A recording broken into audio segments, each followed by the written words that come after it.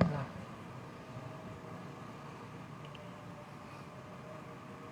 Bismillah.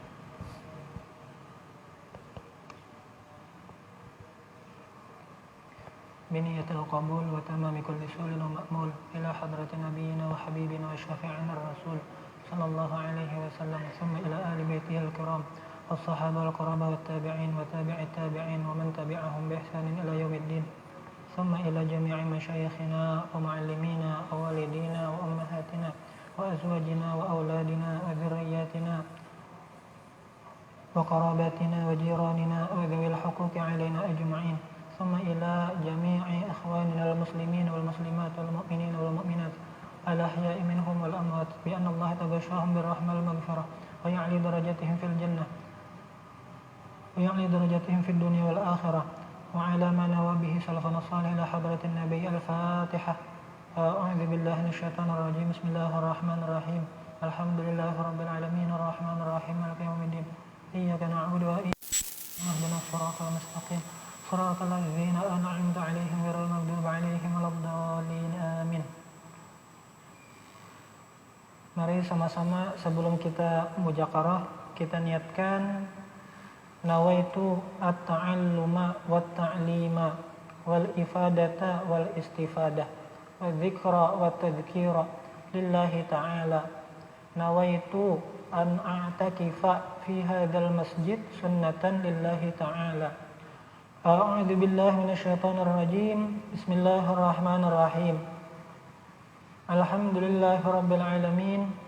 Allahumma salli wa sallim ala sayyidina Muhammadin al-amin wa ala alihi wa sahbihi wa sallim ajma'in. Subhanaka la ilma lana illa ma 'allamtana innaka antal alimul hakim. Wa la haula wa la quwwata illa billahil aliyyil azim al-azizul alim. Adada kulli harfin kutiba wa yuktabu abadal abidin wa dahrad dahirin. Allahu anni wa ankum wa an jami'il muslimin. Qala al-musannifu rahimahullahu ta'ala wa nafa'ana bi'ulumihi fid dharain amin.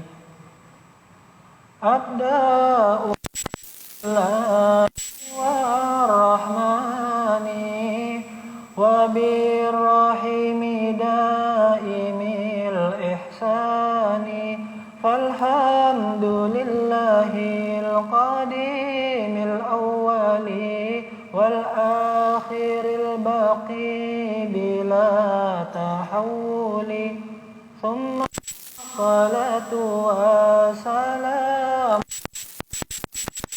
ala nabiyyi khairi man qad wahada wa alihi wa sahbihi wa man tabi'a sabila dinil haqqi ghaira mubtadi'. Baik, kemarin kita sudah mempelajari tentang bait yang ketiga, tapi masih masuk dalam pembahasan selanjutnya yaitu wa alihi.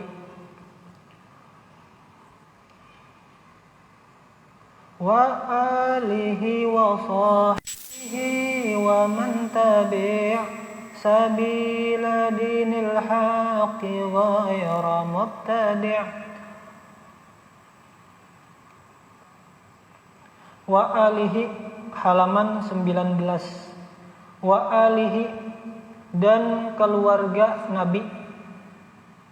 Al muradu bihim yang dimaksud dengan keluarga Nabi fi maqamid du'ai apabila dikaitkan dihubungkan dengan doa kama huna seperti yang tertera di sini.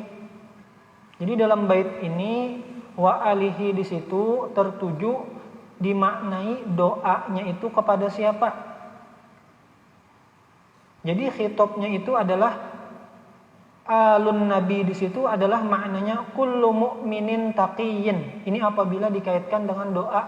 Jadi apabila ada seorang muslim yang bersolawat membuat wa ala alihi wa sahbihi wa sallim, maka alihinya di situ termasuk aja kita berataan Jadi artinya kita dapat doa juga daripada tiap-tiap muslim nang bersolawat.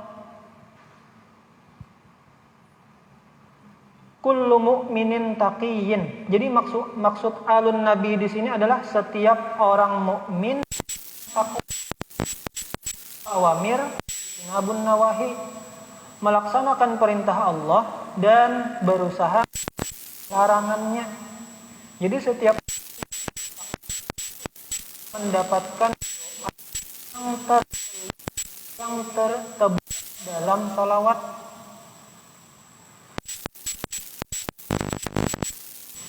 Keterangan tersebut dimaknai dengan alun nabi itu dimaknai dengan kullu mu'minin. Alasannya apa?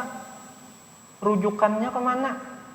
Karena ada fil hadisi, dalam sebuah hadis, an Anas bin Malikin, dari Anas bin Malik radhiyallahu anhu.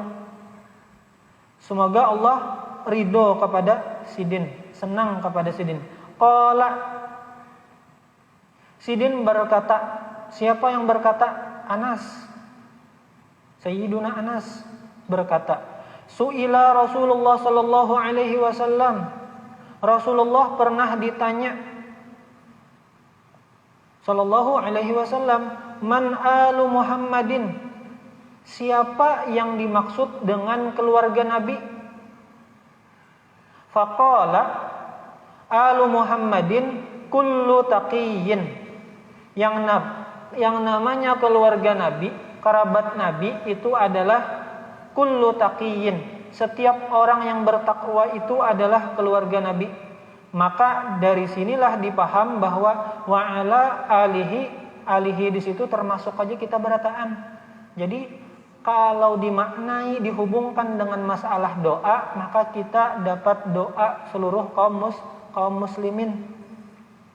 Rawahu Tabrani fi Mu'jamihil Awsat. Yang meriwayatkan hadis tersebut adalah Imam Tabrani fi Mu'jamihi al-Awsat. Jadi Imam Tabrani ini berisi karangan namanya Mu'jamul Awsat. Sidin ada bisi 3 karangan terkait masalah hadis yang berbentuk mu'jam ini, yaitu Mu'jamul Awsat, Mu'jamus Shagir dan Mu'jamul Kabir.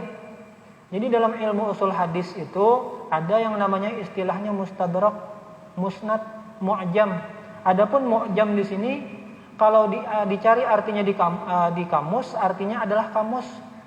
Kamus seperti yang kita ketahui, kamus itu isinya, bentuknya atau cara penyampaiannya dimulai atau dengan cara menerapkan huruf alfabet. Artinya huruf alif huruf ba apa isinya. Nah, kalau mu'jam ini dalam ilmu mustalah hadis, setiap kitab yang mana penulisnya mengumpulkan hadis secara berurutan meninjau dari nama-nama guru Sidin. Jadi misalnya Sidin pernah belajar dengan guru yang ngaran guru Sidin awalannya adalah huruf alif. Nah, huruf alif di situ apa-apa yang diriwayatkan oleh guru Sidin, hadis-hadisnya. Nah, itu namanya kitab hadis yang berbentuk mu'jam. Itu namanya kitab hadis yang berbentuk mu'jam. Amma fi maqamiz zakati. Adapun bila dikaitkan alun nabi di situ dikaitkan dengan masalah zakat. Maka yang dimaksud dengan alun nabi di situ adalah faqala al-Imam Malikun rahimahullahu taala, maka Imam Malik berpendapat rahimahullahu taala, semoga Sidin selalu mendapatkan rahmat. Apa pendapat Imam Malik? Hum Banu Hashimin faqat. Jadi Imam Malik berpendapat yang tidak boleh menerima zakat adalah Banu Hashim. Artinya keturunan dari anak cucu Hashim. Wa qala al-Imam Syafi'i, dan Imam Syafi'i berpendapat rahimahullahu taala, yang dimaksud dengan alun nabi ketika dikaitkan dengan masalah zakat itu adalah Banu Hashimin wal Muttalibi. Jadi Imam Malik Banu Hashim saja, adapun Imam Syafi'i itu Banu Hashim wal Muttalib. Jadi kalau kita rentet, Nabi ngaran sidin Muhammad, Sayyiduna Muhammad, sidin bisi abah Abdullah, lalu Abdullah bisi abah Abdul Muttalib, Abdul Muttalib bisi abah Hashim, Hashim bisi abah Abdu Manaf. Jadi Abdu Manaf ini adalah pedatuannya Nabi bisi anak yang namanya Hashim. Hashim ini bisi ding sanak namanya Muttalib. Jadi Hashim dan Muttalib ini beding sanak, masing-masing punya keturunan. Keturunan Hashim itu adalah Abdul Muttalib. Abdul Muttalib, Abdullah mempunyai anak sama Banu, sama dengan Muttalib. Muttalib pun punya anak. Jangan kita memaham maksud Muttalib di sini adalah Abdul Muttalib. Bukan ke situ maksudnya. Kalau kita wal Muttalib itu Abdul, sama saja Abdul Muttalib itu kan termasuk anak cucu keturunan Bani Hashim. Beda. Nah, ketika Imam Syafi'i berpendapat Banul Muttalib itu termasuk kerabat Nabi yang tidak diperkenankan untuk menerima zakat, maka termasuklah Imam Syafi'i. Jadi Imam Syafi'i itu ketemu nasabnya dengan baginda Nabi, pintangan datu Nabi yang bernama Abdu Manaf. Kenapa? Karena Abdu Manaf itu bisi anak Hashim dan Muttalib. Muttalib ke bawah ini yang menurunkan Imam Syafi'i. Maka Imam Syafi'i ketika sidin berpendapat bahwa Bani Muttalib itu tidak diperkenankan menerima zakat, maka Imam Syafi'i pun tidak diperkenankan untuk menerima zakat. Wa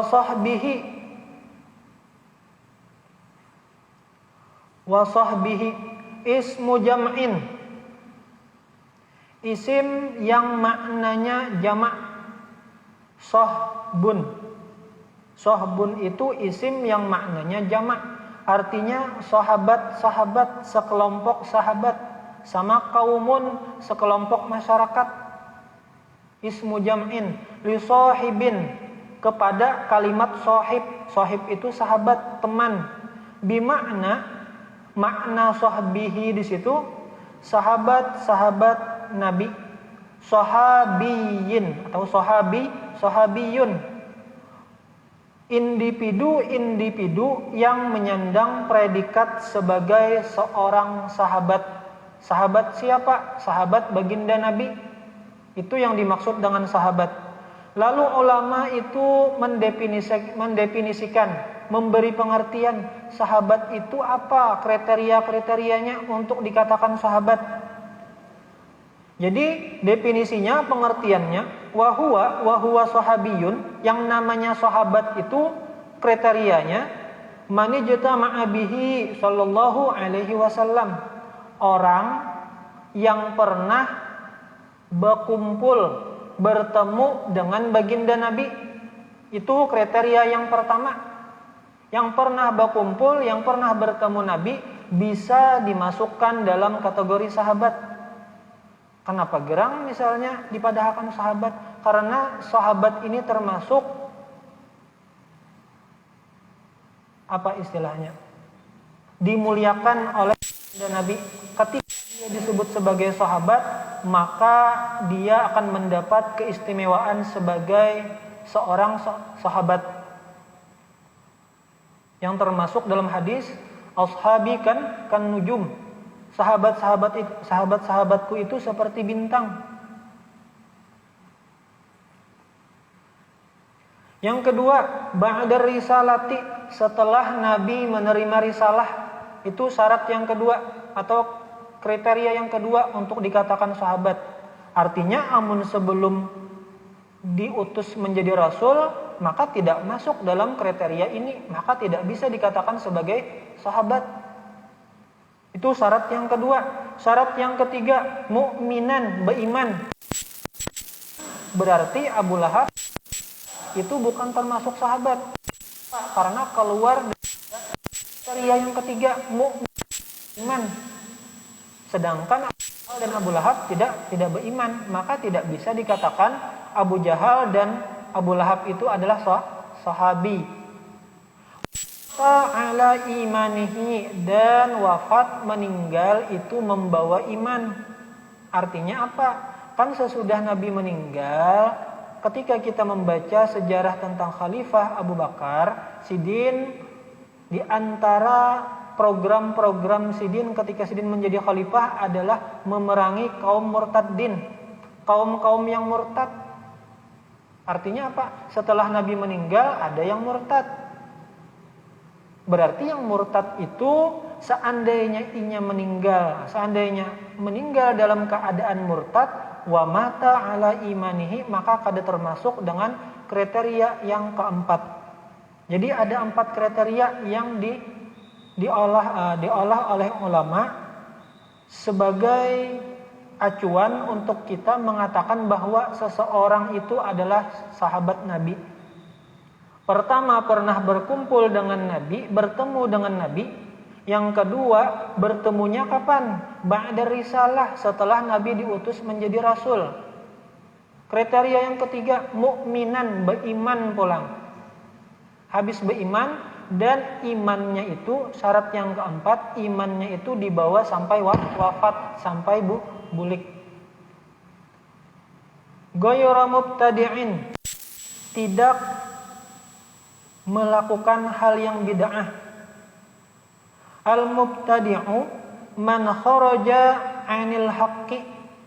Yang namanya mubtadi', pelaku bid'ah, itu adalah orang yang kharaja 'anil haqqi, keluar dari jalur yang benar menurut syariat.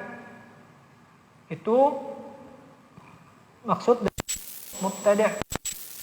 Wal haqqu huwa, dan yang namanya jalur yang benar itu maksudnya adalah kullu ma wafaqal kitaba was sunnata. Setiap hal yang sesuai, yang cocok dengan sumber hukum Al-Qur'an dan hadis.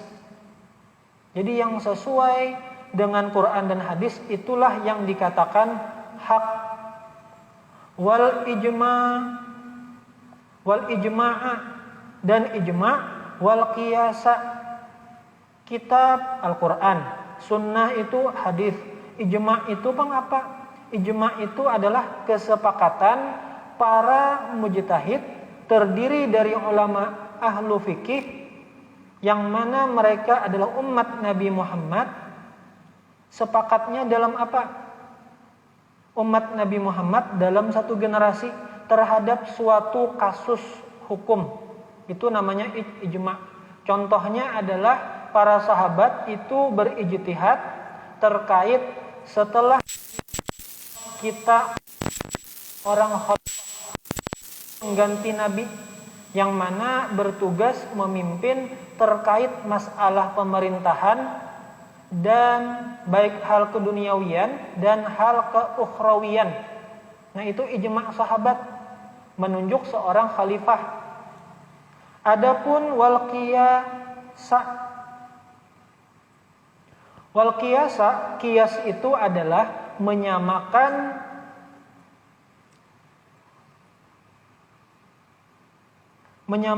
suatu perkara yang mana perkara ini belum diketahui hukumnya. Contohnya perkaranya itu bagaimana hukum narkoba, bagaimana hukum pil ekstasi, yang mana pil ekstasi, narkoba itu di zaman Nabi belum ada. Lalu pil ekstasi dan narkoba itu merupakan suatu kasus perkara yang belum diketahui hukumnya. Lalu bagaimana ulama menyikapi perkara tentang pil ekstasi ini atau narkoba ini? Oh ternyata ulama menyamakan dengan hukum yang sudah jelas, hukum yang sudah diketahui. Apa hukum yang sudah diketahui? Antara pil ekstasi, narkoba itu ada mirip dengan khamar. Kenapa? Antara khamar dan pil ekstasi itu sama-sama memabukkan. Jadi ulama menyamakan hukum khamar dengan hukum pil ekstasi itu sama hukumnya haram. Kenapa haram? Karena ilat pada khamar, kenapa khamar itu diharamkan? Ilatnya adalah karena memabukkan. Sedangkan ekstasi sama memabukkan. Maka hukum ekstasi atau narkoba itu haram. Jadi sumber hukum yang disepakati oleh ulama-ulama itu 4. Quran, hadis, ijma' dan qiyas. Adapun sumber-sumber hukum lainnya mujma'un alaihi, 6 yang mukhtalafun alaihi. Jadi selain ada juga 6 pulang sumber hukum para ulama-ulama ketika menentukan suatu kasus sehingga menghasilkan sebuah produk hukum. Yang mana ketika kita mengkaji usul fikih ada yang namanya mursalah, ada yang namanya istishab, ada yang namanya qaul sahabi, ada yang namanya istihsan, ada yang namanya ada yang namanya syara'un man qablana. Jadi 10 sumber hukum dalam ulama fikih atau ulama-ulama mujtahid ketika hendak menentukan sebuah produk hukum. 4 yang mujma', 4 yang 6 yang ikhtilaf. Itu terkait pembahasan.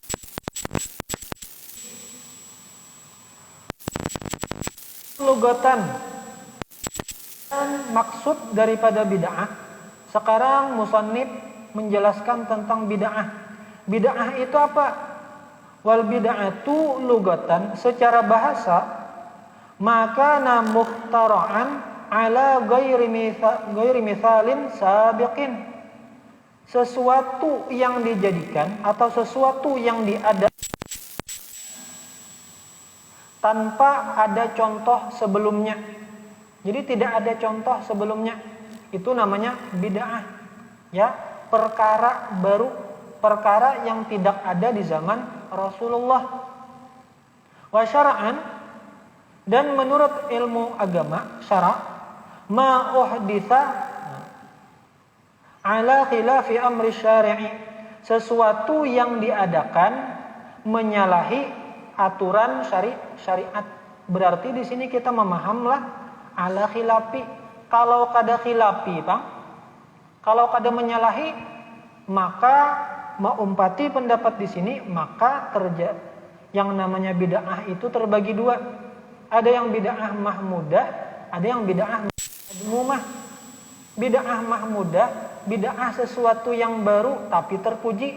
Itu contohnya maulid. Kita merayakan maulid di bulan maulid.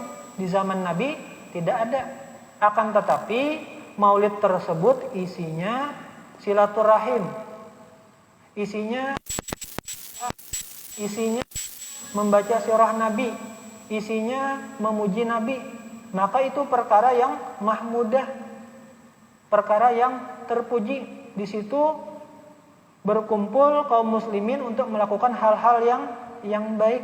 Nah, itu bid'ah mahmudah. Adapun bid'ah madmumah itu adalah seperti munculnya aliran-aliran yang tidak sesuai dengan Ahlus Sunnah wal Jamaah. Contohnya seperti Khawarij, Murji'ah, Qadariyah. Ada pendapat Imam Syafi'i. Qala Syafi'i, Imam Syafi'i berpendapat al-bid'atu bid'atani. Yang namanya bid'ah itu terklasifikasi mahmudatun wa madmumatun. Mahmudah terpuji, wa madmumah tercela. Fama wafaqa sunnata fahuwa mahmudun. Maka bid'ah yang sesuai dengan hadis, sesuai dengan sunnah, sesuai dengan Al-Quran, fahuwa mahmudun. Wa ma khalafaha fahuwa madmumun. Dan hal yang menyalahi Al-Quran dan hadis itu tercela. Imam Syafi'i atau imam-imam lainnya atau ulama-ulama yang lainnya dari hadis qauluhu sallallahu alaihi wasallam. Nabi sallallahu alaihi wasallam pernah bersabda, "Man sanna sunnatan hasanatan fa wa ajru man amila biha, wa man sanna sunnatan sayyi'atan fa alaihi wizruha wa wizru man amila biha ila yaumil." Jadi mencontohkan suatu perbuatannya itu perbuatan baik, maka baginya pahala dan pahala orang yang mengumpati perbuatan yang kita olah atau kita mulaiakan, kita contohkan. Contohnya siapa yang memulayakan maulid, maka pahinya dapat pahala, dan orang yang membaca maulid, membaca sirah Nabi juga dapat pahala. Itu contoh bid'ah. Jadi terbagi dua kalau mengumpati pendapat Imam Syafi'i. Asyarah. Nah, sekarang syarahnya. Syarah ul afham. Humma usli wa ala sayyidina Muhammadin sallallahu afdal jannidin. Kemudian aku mengucap salawat, mengucap salam kepada siapa? Ala sayyidina Muhammadin, kepada junjungan kita Nabi Muhammad, afdala jami'il muwahhidina, paling afdol dari seberataan al-muwahhidina, yang beriman kepada Allah, yang bertauhid kepada Allah. Wa ala alihi wa sahbihi, dan kepada keluarga. Jadi kalau diolah bagan, keluarga di situ maknanya imma fi maqamid du'a atau maqamiz zakah. Ada bisa keluarga itu apabila dihubungkan dengan doa, maka semua orang mukmin itu mendapat doa. Apabila dikaitkan dengan masalah zakat, maka tertentu itu adalah kerabat Nabi, yaitu Banu Hashim dan Banul Muttalib. Wa sahbihi, dan para sahabat-sahabat. Kenapa diarti para sahabat? Karena isim jamak. Wa man tabi'ahum, dan orang yang mengikut mereka, ya termasuk kita. Berupaya untuk selalu mengikuti apa yang digawi oleh para sahabat, para keluarga dan baginda Nabi Muhammad sallallahu alaihi wasallam. Dinil haqqi, pada jalan agama yang bujur, biihsanin, dengan melakukan hal-hal yang baik, ila yaumiddin, sampai hari kiamat. Amalan, karena ma'amalakan. Kenapa jadi bersalawat? Karena ma'amalakan bima ruya anhu sallallahu alaihi wasallam annahu qala, karena ada hadis yang diriwayatkan yang mana riwayat itu disandarkan kepada Nabi, annahu qala, bahwa Nabi pernah berkata, kullu amrin ribalin la yubda'u bihamdillahi wa salati alayya fahuwa aqta'u wa abtaru. Hampir mirip lah dengan bismillah, hamdalah dan salawat. Makanya ulama ini ketika melakukan sesuatu berdasarkan referensi yang tertera dalam hadis. Kenapa dimulai bismillah? Karena ada hadisnya. Kullu amrin la yubda'u fihi bil basmalah. Kenapa memakai alhamdulillah? Karena ada hadisnya. Kullu amrin ribalin la yubda'u bil hamdalah. Kenapa dimunculkan salawat? Karena ada hadisnya.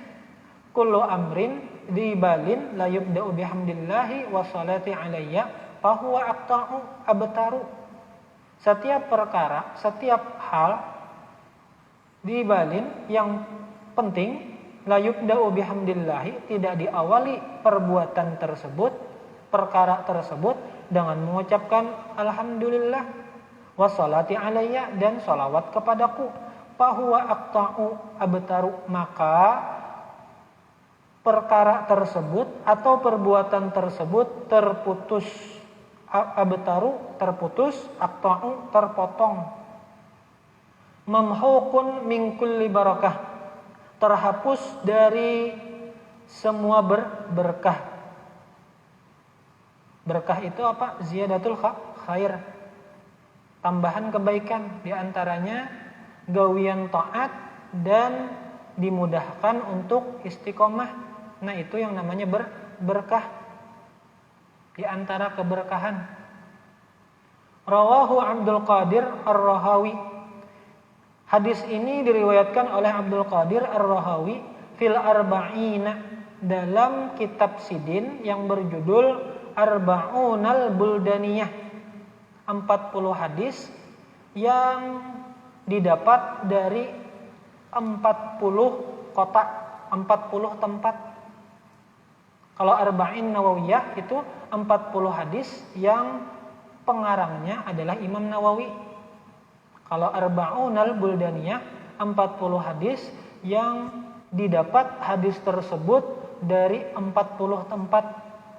Jadi ulama-ulama hadis dahulu ketika mencari hadis itu mereka melakukan perjalanan dari satu tempat ke tempat yang lain, melintasi padang pasir. Itu cobaan menuntut ilmu hadis orang bahari. Qala al-Haythami, berkata Haythami, Sidin memberi komentar terhadap hadis ini. Kullu amrin dibalin la yubda'u bihamdillahi wa salati alayya fahuwa aqta'u abtaru mamhuqun min kulli barakah. Itu hadisnya menurut Haythami, jalur periwayatannya, bahasanya itulah ulul pada pian meriwayatkan kepada kawan pian. Ya, yang kita sering mendengar tuh an Abi Hurairah, an dari sampai kepada guru kita dari guru Sidin mendapat dari guru Sidin riwayat hadis, guru Sidin mendapat kepada Imam Bukhari atau Imam Muslim. Jadi yang namanya sanadnya itu adalah kita yang meriwayatkan ini terdapat doa, itu statusnya lemah. Lemah itu mencapai kriteria sahih. Jadi yang salah tuh di perawinya, yang menjadi masalah adalah perawinya. Adapun matannya di sini tidak dikomentari Sidin.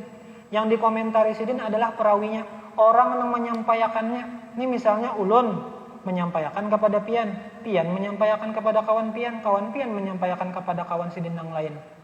Dari beberapa generasi, artinya generasi sebelum ke atas sampai kepada perawi asal.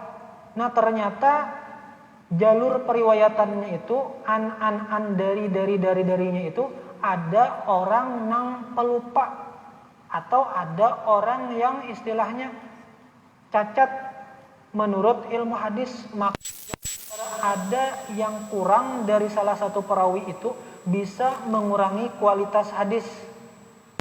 Jadi itulah pentingnya artinya ulama hadis itu sangat memperhatikan sekali ini bujur kada sampai kepada Nabi. Lalu dicari nang meriwayatkan siapa? Oh, ternyata nang meriwayatkan ada pahapalan, pelupa misalnya. Oh, ini kada kawa dipadahkan hadis ini sahih. Kenapa? Kemungkinan inya lupa. Masiha ini lain yang diingatnya dahulu ketika mendengar hadis dari guru sidin. Lalu status hadisnya menjadi dhaif. Ketika sudah dhaif, maka khilaf ulama, diamalakankah kadakah nih hadis? Amun sudah dalam kategori status hadisnya ini statusnya dhaif, lemah. Jadi sanaduhu dhaif, tidak mencapai kriteria hadis sahih dan hadis hasan. Lakinnahu fil fadail, akan tetapi meskipun sanad hadis ini dhaif, fil fadail, dalam masalah fadailul a'mal, artinya amal-amal taat itu bisa aja dipakai. Meskipun hadis ini dhaif, pintangan sanadnya masih bisa diamalkan. Kenapa? Karena isinya tentang fadailul a'mal. Fadailul a'mal itu hadis-hadis yang isinya, kandungan hadisnya menjelaskan tentang akhlak, wirid, zikir. Jadi kalau masih tidak berkaitan dengan masalah hukum mahukum atau masalah akidah, maka khilaf ulama bisa jadi amalkan selama masih dalam kategori fadailul a'mal. Maka ada kitab fadailul a'mal yang rancak dibaca Pak saudara-saudara jamaah tabligh sidin, membaca fadailul a'mal. Jadi meskipun hadis ini sanaduhu dhaif, akan tetapi karena masuk dalam kategori fadailul a'mal bisa jadi amalkan. Silahkan untuk diamalkan. Wahia yu'malu fiha, dan hadis ini dapat diamalkan karena termasuk fiha dalam fadail. Bid dhaif, meskipun dhaif, lemah, bi syurutihi, akan tetapi tetap disyaratkan. Ada Imam Ibnu Hajar Al-Asqalani mensyaratkan meskipun hadisnya boleh diamalkan dan termasuk dalam fadailul a'mal, harus di antara perawinya itu jangan ada yang dikenal dengan pendusta. Jadi salah satu yang dibolehkan untuk mencari keaiban atau kekurangan orang lain itu adalah ulama hadis. Jadi boleh ajanya ada bidang tertentu, yaitu ilmul jarhi wa ta'dil, mencari sifat puji celak perawi hadis. Kenapa? Karena dalam rangka untuk mencari validitas, mencari ini bujur-bujur hadis ini memang dari Rasulullah. Maka otomatis yang menyampaikan siapa? Oh, yang menyampaikan orangnya kayak ini. Pahapalan kada? Orangnya pendusta kada? Nah, amun pendusta kada kawa kita terima periwayatannya. Kayak apa mengetahui pada inya pendusta? Maka otomatis saja mencari-cari. Oh, orangnya kayak ini kah? Nah, jadi di antara hal yang diperbolehkan untuk mencari kejelekan orang adalah para ulama hadis. Kenapa? Karena tujuannya itu untuk bahasanya apalah?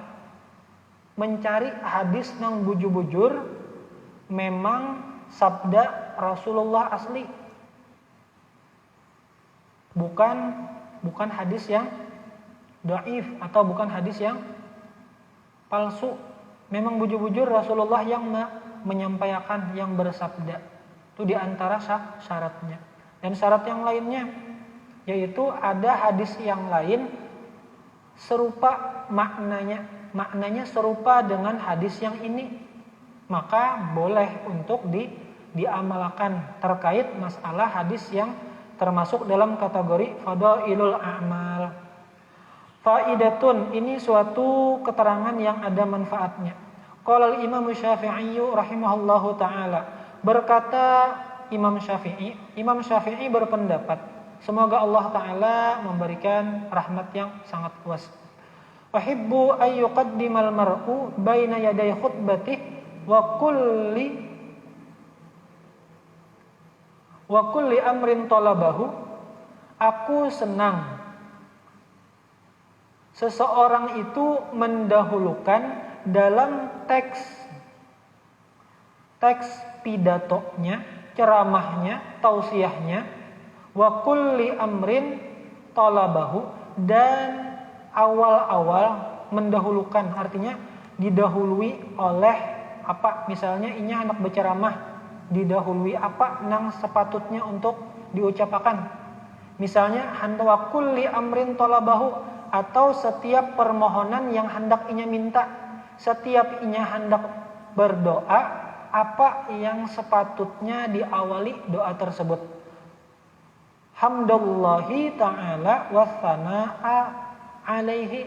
Jadi yang didahulukan itu adalah memuji Allah Subhanahu wa ta'ala, wa salata ala Rasulillah sallallahu alaihi wasallam, dan mengucapkan sholawat kepada Rasulullah.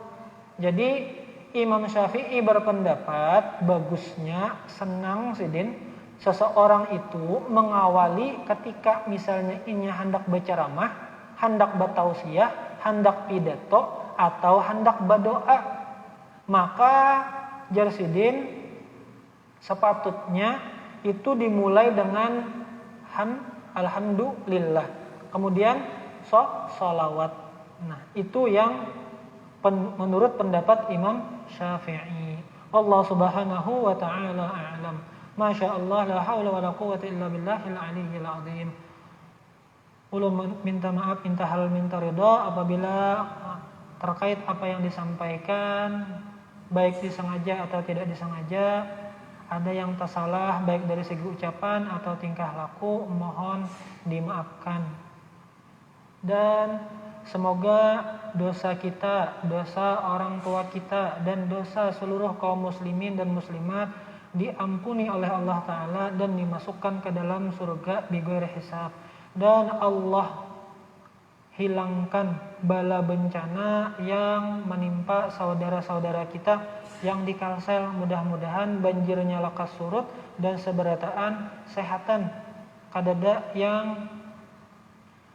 lagi yang merasa gundah gulana atau merasa khawatir, baik kita yang di sini keluarganya atau yang di sana lagi yang mengalami balanya. Mudah-mudahan segera diangkat balanya, ampih banjirnya dan kembali seperti biasa, dan semoga bala yang ditimpakan kepada kita menghapus dosa-dosa kita dan mengangkat derajat kita. Wa ala man nabihi salafun salih ila hadratin nabi al-fatihah. A'udzu billahi minasyaitonir rajim. Bismillahirrahmanirrahim. Alhamdulillahirabbil alamin. Arrahmanirrahim. Maliki yaumiddin. Iyyaka na'budu wa iyyaka nasta'in. Ihdinas siratal mustaqim. Siratal ladzina an'amta 'alaihim ghairil maghdubi 'alaihim waladdallin. Amin. Amin amin rabbal alamin. Bismillahirrahmanirrahim. Alhamdulillahirabbil alamin. Salatu wassalamu ala asyrafil anbiya'i wal mursalin wa ala alihi wa sahbihi wa sallim ajma'in. Ya Allah lana bis-sa'adah wal khatimata bis-syahadah. Ighfir Allahumma lana wa liwalidina wa limasyayikhina wa limu'allimina wa liman ahabba wa ahsana ilayna wa liman awsana bid-du'a. Allahumma ahsin 'aqibatana fil umuri kulliha wa ajirna min khizyi dunya wa 'adzabil akhirah. Rabbana taqabbal minna innaka antas samiul 'alim wa tub 'alaina innaka antat tawwabur rahim. Wa sallallahu ala sayyidina Muhammadin wa ala alihi wa sahbihi wa sallam. Subhana rabbika rabbil 'izzati 'amma yasifun wa salamun 'alal mursalin walhamdulillahi rabbil alamin. Subhanakallah wa bihamdika asyhadu an la ilaha illa anta astaghfiruka wa atubu ilaik. Assalamualaikum warahmatullahi wabarakatuh.